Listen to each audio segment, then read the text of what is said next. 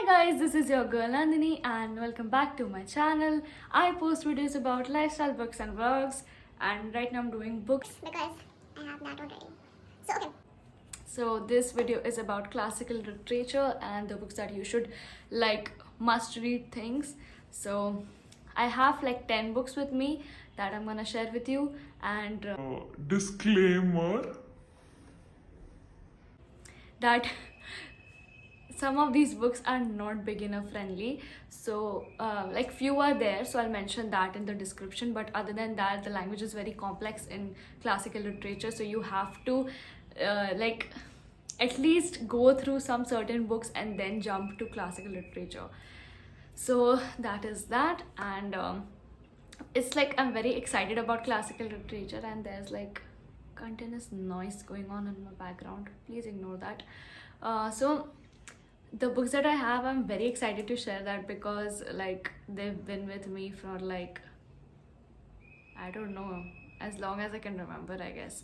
So obviously there would be a thing that some of the covers would vary and be different from the actual cover that is available on like Amazon and everything, so do not get like confused or anything, because what I have is old edition. So yeah, I'm gonna start, and I'll really not try to give you any spoilers because like it's my favorite genre. But okay, what I'll do it, I'll just read you the synopsis so it'll get easy and you don't have to go through Amazon and Goodreads to just read the synopsis of everything. So let's begin the video.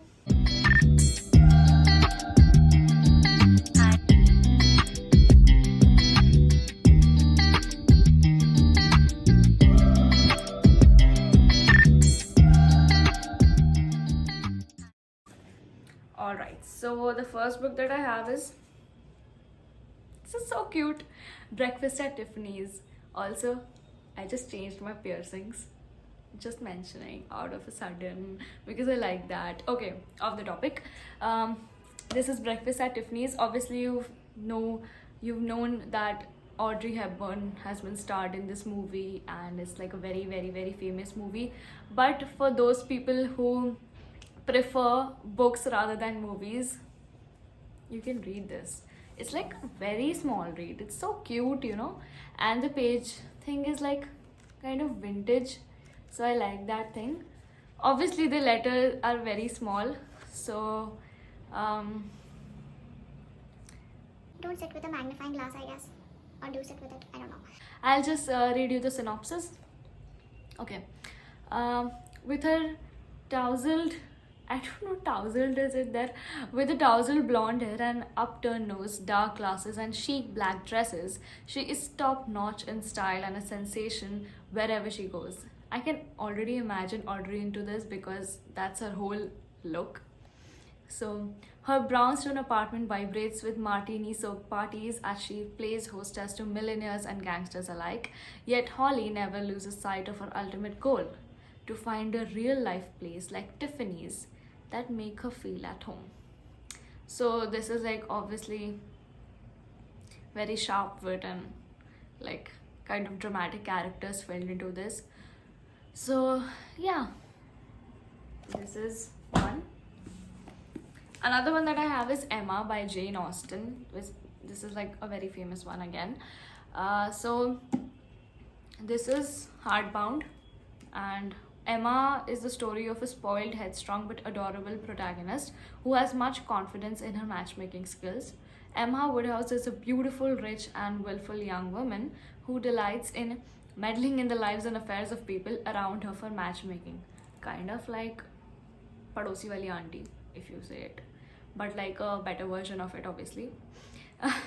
She sets upon herself the task of finding an eligible match for her new friend, Harriet Smith, quite oblivious to her own feelings. But then situation gets complicated and there are mistaken intentions of love, and what she discovers is jealousy. So I know the whole read, I want to say it, but I'm choking my neck to not. So again, the letters are very small. I'll show you. It's a like, you have to sit quite like you have to sit in one place and read this, because you cannot just go through it like that. I don't know what I'm saying right now. My mind is in another place. I don't know. Next I have is The Bell Jar. This is also a hardbound book. This is also small read kind of thing. I guess you could read it like even for a beginner. I guess this is not that tough to read. Obviously there are some words which will make your mind go, okay, what does that word mean? So, but other than that, I guess it's not that bad. So this is by Sylvia Plath. uh, and this is like an autobiography, chronicles a young woman's mental breakdown and her eventual recovery, and everything which is like expected from a woman in the 1950s. So this is like, oh my god, I didn't know this. What am I doing? So Plath committed suicide 1 month after the publication of The Bell Jar, her only novel. The novel was inspired by events that occurred when Plath was in her early 20s. Wow, so like this is her only book before she died. I really liked how much depth this book had. I read it like very long ago, so I do not remember everything, but I do remember some certain things that were mentioned into this that really hit me. So you should read this. It's like coming of feminism and everything. Next I have is Dracula, which is by Bram Stoker. Again, this is a hard book, and this is also an easy read, you know. There are like illustrations into this which are kind of interesting if you don't want to get bored by like only letters and everything. So this is one interesting book. It is about Dracula, so you know the drill of it. I do not have to say it, no? So I'm too lazy today, I don't know why. But I was excited to make this video, so I'm not gonna stop at it. That's why I chose 10 books. Then I have Romeo and Juliet, the classic William Shakespeare one, which everybody must have seen in the movies and plays and dramas and everything. So, but you have to read the book, you know. It's like the main work of it. Like, uske baad hi bani hai movie. So this is the major piece. You should read it. Like, obviously William Shakespeare is very complicated to understand. Like, it even took me like at least I had to read this twice to get the meaning of it, because it just gets too confusing, you know. At some point it's like hath and shall and whatnots, but it's a classic book, so I don't mind. Okay, next is again by Jane Austen, Persuasion. I bought this book like 1 year ago. I read it and I liked it. So I am sorry, but I am really not able to remember like the precise story of this. But yeah, it's like Anne Elliot, the compassionate 19-year-old daughter of Sir Walter, is persuaded to break off her engagement with Frederick Wentworth, a young lieutenant in the Royal Navy, for he is without fortune. But now, 8 years later, Captain Wentworth, how is that a name? Wentworth has returned to England, rich and successful, but is still unforgiving, and independent and mature, is still in love with him. And every time they come across each other, it is painful for her. So, will his love for her resurface? Will their relationship be renewed?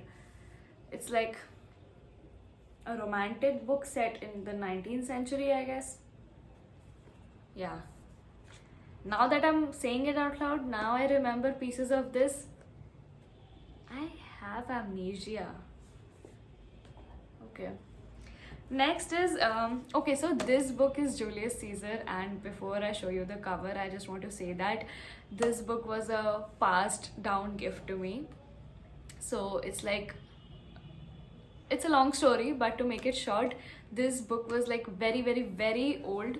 So the books that you'll get around like Julius Caesar would be like of new cover and everything, so do not go on the topic of cover. So this is Julius Caesar. This is by W. Turner, and oh, it's Shakespeare thing only, but like something according to that.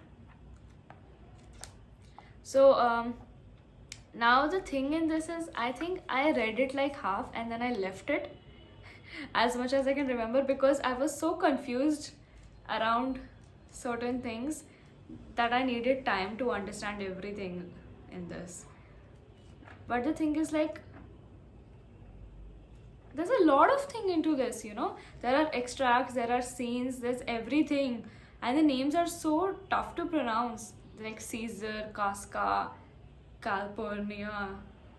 Only name is easy is nothing. So Julius Caesar, I don't have the proper synopsis to this, but I'll show you like how the book is.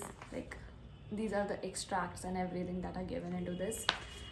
And I also have a note which was given to me. I'll not share that, obviously. So it is like a play only, just like Romeo and Juliet. So again, this is a very tough read. Do not jump into it if you're a newbie and you're just introduced to classic literature. Another is Great Gatsby. Now, obviously, a lot of movies have been made on this, like just another classical thing. So it's the roaring 20s and New York City is the place to be. Everything can be purchased, everyone can be bought. But can you make money? Erase your past. It's the roaring 20s and it is the time of overindulgence. As far as the eyes can see and the mind can perceive, there are dash displays of wealth and even more lavish displays of decadency. Unapologetic decadency, but does it ever stop? Again, it's the roaring 20s and the great American dream has been perverted. It no longer stands for anything profound that resonates with people. But does the idealism ever attempt to stop the materialism?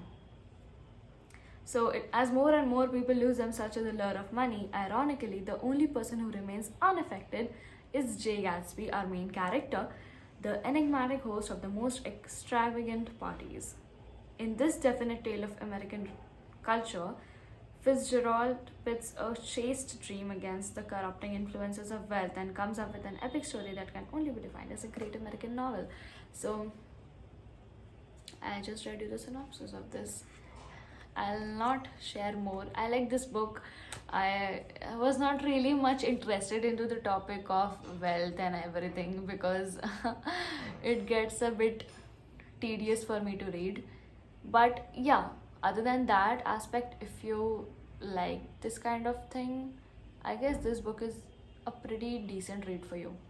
So I guess this can also be read by beginners because it's not very tough to read. And the good thing is that the words are pretty big and visible. So that is one plus point there. Shit, my book's full. Okay, so the second last that I have is you obviously read it in like school or something, and if you skipped this book, I would be really glad if you just read this book because it's very touching and it's one of my favorite novels till now. It's like not just a novel, but like it's like a memoir, and it shook me to the core. So do not skip this read. I would really plead you, I guess. So this is the Diary of a Young Girl by Anne Frank. This was the most touching book that I've come across. I cried my way through it. I legit cried my way through it because I had not expected that it would be so touching and it would carry so much of depth. But to like go through a child's phase when they're like in the Holocaust and there's Hitler and everything, that shakes you. And the way that the words have been put, it's gonna take you some while to get out of it, you know. Like, I had goosebumps when I was reading it. So please do read this book. You have to read this book. So this, and then a very shocking and a very kind of like, it took me days to just understand what happened in this book, was Leo Tolstoy's Anna Karenina. Now this book is pretty thick and the pages are like around, I guess, 800 or something pages are there. So this is a thick read and the words are also small. So I will say that you have to like take your time and read this book, because it's not easy to read again. It's very tough, and this also took me like 1 week or so to complete it, because in the middle I got so confused I had to read the chapter again. But when I came to the end of this book, I will say that the end will literally make you like go nuts and what happened really. You will just say that what the happened. So basically, in the 19th century Russian high society, the ravishing aristocratic Anna Karenina is married to Alexei, a senior statesman, 20 years her senior.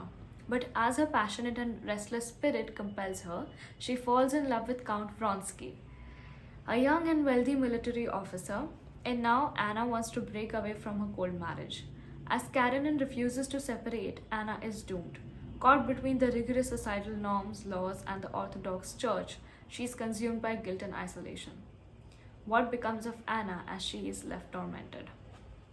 Also, a movie was made on this book, and the movie is also very good to watch.